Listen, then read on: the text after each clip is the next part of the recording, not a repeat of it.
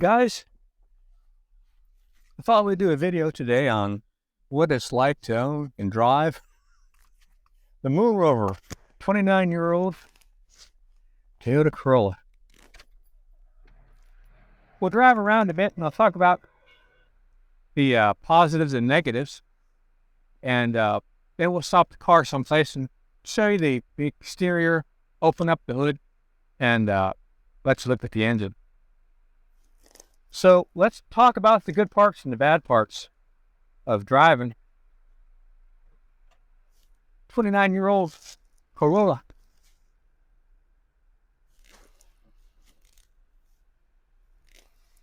The bad parts is as the car gets older, like when I turned 60, I started having a lot of medical adventures. Things that looked like they were fine started wearing out on me. Same thing is going to happen with the car. It's going to wear out at the weakest points. Weakest points on the Corolla are the plastic parts. You're going to have a problem with your interior door handles, the little spray nozzles on your hood that allows you to pump your water up on your windows, your seat belts, any plastic part on your car. Now, the good part is those parts are pretty cheap. You can get the exterior door handles for like $5. Also, there's many videos on YouTube about how to fix stuff on the Corolla. So, parts are cheap and you can fix it, but your plastic parts are going to start wearing out. Another thing is, if you have a Corolla or a Toyota in general that's got rust on it, there can be problematic. Fortunately, I live in South Florida. We don't have to worry about the salt on the roads, and the car's in pretty good shape as far as rust goes. But even so, I've gotten rust on the interior of the trunk. Has reinforcements on the lid on the inside, and where they have a spot weld, there's a place that it's starting to rust. I think partly that's due to where when I washed the car, I put the wet rag in the trunk and all that moisture wasn't good. Also, it has a sunroof, and I think there was a leak in there, and all of the welds at the front and the back of the top metal of the roof, where it was spot welded, it was starting to rust. Now, that was fixed when I did the painting on it and the bodywork, but you want to, if you have like little spots on your rocker panel, like the part I have on the trunk, that can be fixed. But I've seen other Corollas where the entire roof was a big sheet of rust. Also, as it gets older, some of the parts are going to be frozen. I was having the trouble with the car. I'm not a mechanic. I thought it might be my fuel pump. Fuel pump is easily accessed by removing the back seat, but the nut on it, it's brass or bronze. I could not get it off. I had a mechanic come. The car at the time was, I call it the moon Rover because it looked like it had been left on the moon. It was all rusty and beat up kind of bad. I was embarrassed to take it to a mechanic, so I had a mechanic come to the house. I lessened my shame. I only let one mechanic see it, but he couldn't get the nut off, and you don't want to mess with your fuel tank here in the parking lot. So we gave up on it. We tried something else. I took it to a mechanic shop. They used some diagnostic tools, and they figured out it was just needed tune-up. So, but that I have put some stuff on the nut to help it loosen up in case I ever have to take it off in the future. But there are some things on the car, because it's 29 years old, it may be hard to maneuver. Now, the radio, it was actually one of my favorite parts of the car. It worked really good for an old car, but I recently had a problem with my brake lights because when you shut the lid on the trunk, sometimes you slam it and those plastic parts were brittle. I went to the doctor's and the car wouldn't start. I had to open up the little button by the gear shifter and pop in that little button to get the transmission to shift because I couldn't get home. And I took her to the mechanic. I found out the brake lights had melted. That's why the fuse kept blowing. So the like I said, the plastic parts, they're going to. I also had the hood latch break on me. It didn't break on me, but it froze, and I had to mess around with it. The windows stopped operating, but that was because of the battery was removed, and it threw off the electrical programming. That was easy to fix. Like I said, the paint, believe it or not, if you leave a car in the sun in South Florida for 20 years, the paint gets bad. The funny thing was, the one side of the car where it never got any sun, it was actually good. So if you would leave your car in a garage, these things the exterior would last for a long time. But yeah, paint went bad on it. But if you notice, these are just things that, from age, there wasn't anything like, oh yeah, the transmission went out. It was just, it was getting old. So those are things you want to be on lookout for. Now, what are some of the good things? Well, number one is every time I had a problem with the car, I made a YouTube video out of it, and I was able to make some money off the old girl. One time I was driving the car in nighttime, and the lights wouldn't come on in my my dashboard. I looked at everything. I was getting ready to take the dashboard apart. And finally, I was on a blog or something, and somebody mentioned something about the dimmer switch. I didn't know I had a dimmer switch. In my whole life, I never used a dimmer switch. So I made a video about, hey, I was getting ready to take my dash apart because I didn't think I had any lights. It was my dimmer switch. I've made a ton of money off that video. I've been there's like 10 million other people didn't know they had a dimmer switch too. But basically what I'm getting at, if you have an old car like a Corolla, which is one of the most produced cars ever, if you have a problem with it, you can make some money off on YouTube. So that's been wonderful. Number two, it's been paid for. I bought the car, I think 2004, 2006, from my best friends, Jeff and Lisa and their son Sammy. They moved up to Tennessee. Miss them really dearly. I hope they're watching. If they are, the old Corolla says hello. And but $1,800, I think. That's all I paid for it. And it's been paid for. You know what it's like to drive a paid-for car all these years? So yeah, it's been a blessing. Another cool thing about the car is, as it's gotten older, for a while the price kept dropping lower and lower to where you could buy one of these for like $1,200. But now the price has been going up because it's gotten to that sweet spot where it's actually kind of exotic because there's so few of them out on the road now. So there's not too many cars you can buy where the price goes up. So that's kind of cool. It's got a unique style to it because as the other cars came out, they had to have airbags everywhere. So they got puffed up and they all look kind of pregnant. And they got wrinkles in them because they try to make the bodywork on them to bend, and it looks like they've been in an accident. So there's no flat, gentle curve places on the body. They're kind of weird looking, some of the new cars. So yeah, it looks kind of unique. Another thing that's kind of cool about it is I've seen some people, they are turning these into campers. The back seat, they take out the back seat and then they make a little camper out of it, or they remove the front passenger seat and the little glove compartment where they can stretch their feet out if they're kind of tall. So that's kind of cool. Another cool thing about the car is the back seats fold down. I used to have a little business where I made underwater video camera housings. And I had to go to a plumbing supply house to buy 20-foot sections of 6-inch Schedule 80 pipe and cut them in little pieces and put it in the back of the car.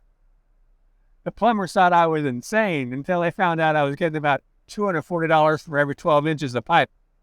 Then their eyes popped out of their head. So yeah, you can open up or lay down those seats in the back and put in a lot of stuff in the back through the trunk. So that's pretty handy. Another cool thing about this car is other car drivers that have expensive new cars hate it. They cannot stand to drive behind me. Every car behind me has to pass me. I don't think new cars like to drive behind old 29-year-old Corollas.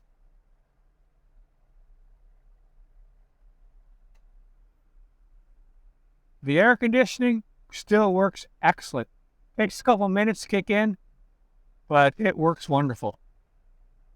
Just like the radio used to work. Another great thing about the car is the parts are so cheap.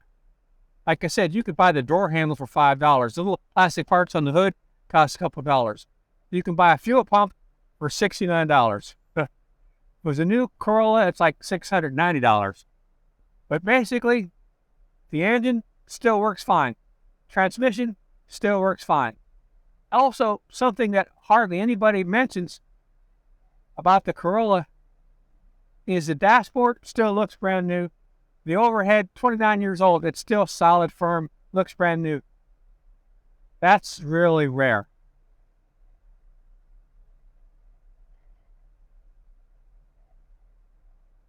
As it gets older, it's going to be perhaps more difficult to find parts, but you have a car that is the most produced car there ever was. So if you're going to have an old car, you might as well get one where it's more likely to find parts than any other car you can buy as it gets older.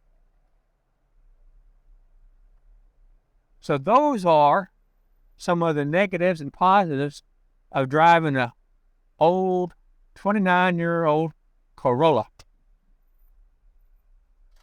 Like I said, this one, it used to look so crappy, I called it the Moon Rover because it looked like it was left on the moon. It was really crusty. But after I got the paint job, I got a paint job of $399 oil base. It wasn't the urethane 2-part expensive one. And then they had to do body work. So it came to about over $900. But afterwards, it's been still going strong the last almost over 3.5 years. Paint looks really good, except for at one place in the back where I still have some rust popping through on the trunk lid.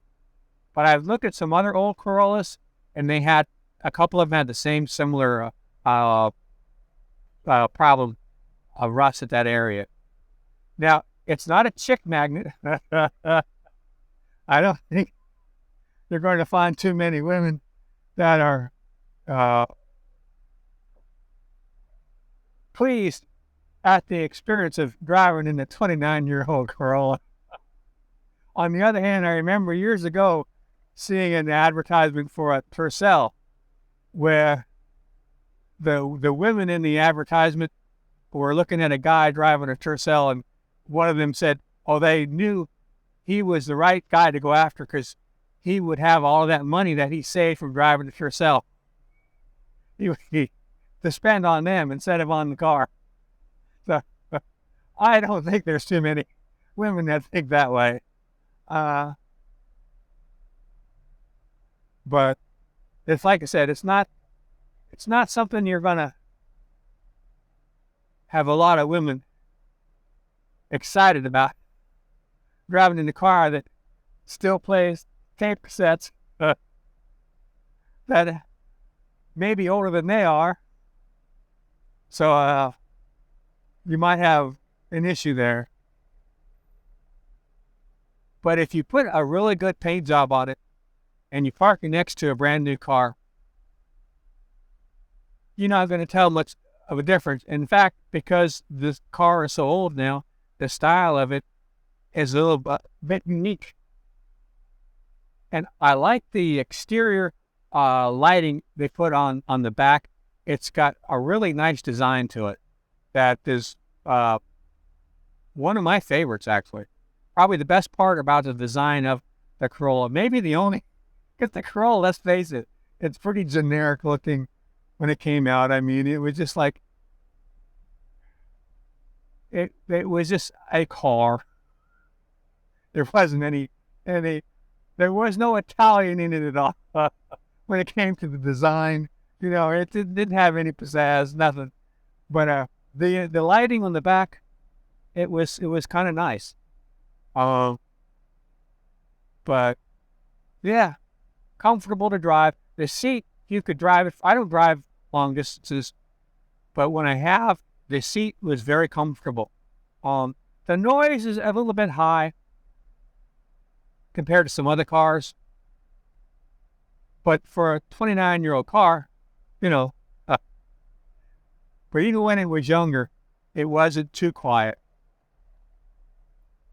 I've got something loose in the dash, but until very recently, the radio was sweet. It played really nice, very nice.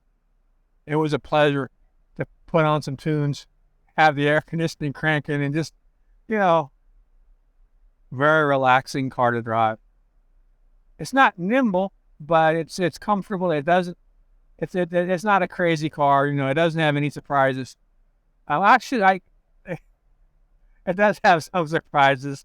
I was driving the car, and I went to a wedding, and I was coming home, and I had inadvertently pushed a button on the gear shift to turn on the overdrive, and I had never used overdrive in my life.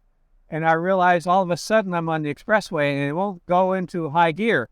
I'm thinking, oh, crap, the transmission blew out on me. Now I get off the highway, and I'm taking a service road all the way home, taking like 3 hours. And all the way home, I'm thinking, well, you know what? I'm probably going to have to get a new car now. And what should I do with this one? Should I keep it? Should I get a new car? Should I get the transmission fixed? And, you know, all those things go over your head. Like when you got a car, you're trying, hope you get home. You hope you get home because something's wrong. It's not working right. And so now it was starting to rain, and now it gets really dark. But when it got really dark, I noticed this little light on my dashboard over in the far left-hand side that I never saw before. It was something to let me know that the overdrive was on.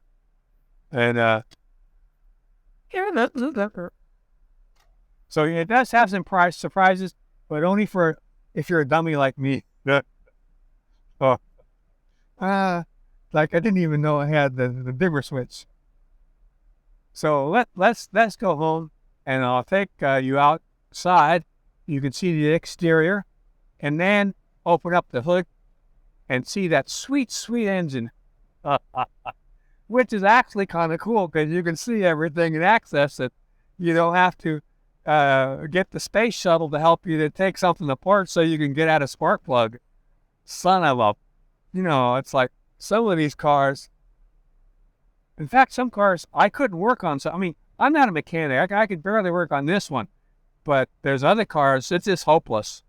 It's just, you can't touch them anymore. So yeah, let's go take a look at the exterior of this magnificent 1994 Toyota Corolla.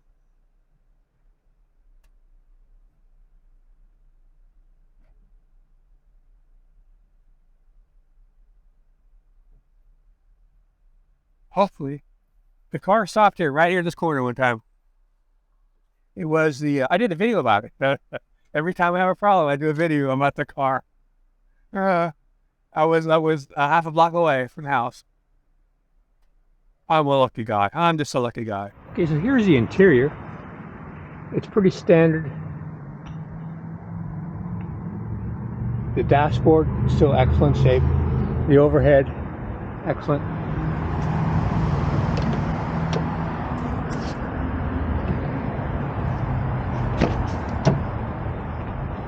These seats pop down.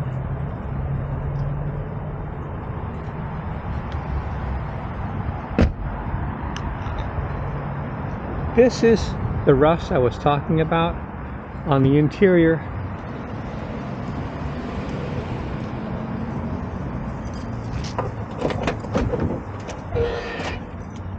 Well, this is covering it up, but there's some bracing across that's welded and right where the welds are. And like, I blame myself because when I washed the car I put a wet rag in here and I think the moisture didn't help at all. You can see this is what I like lighting. This is just an inexpensive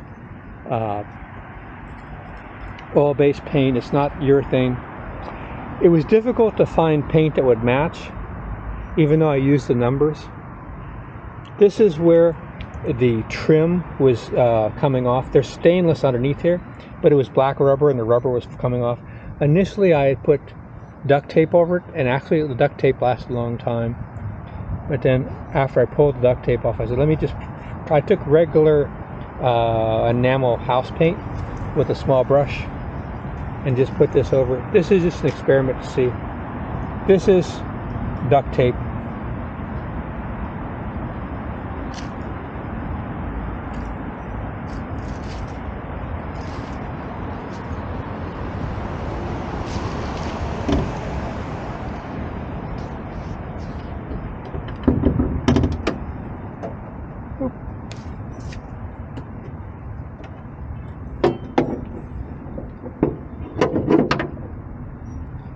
So you can see it's a very simple layup for the engine. You can access everything, your engine oil, transmission, power steering, your brake fluid. There's your fuses. This is your distributor, your alternator, the fluid from the radiator. You've got your, I think there's an air sensor there, and the air conditioning. So it's fairly,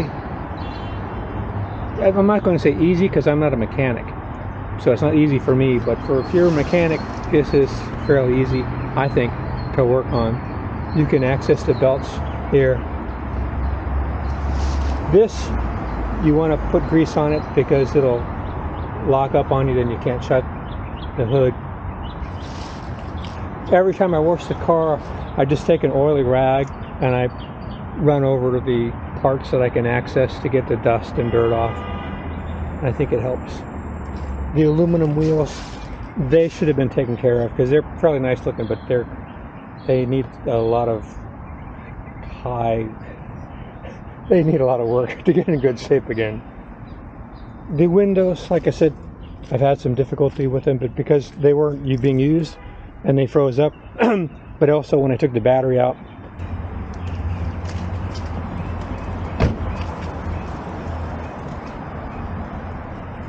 For a 29-year-old car,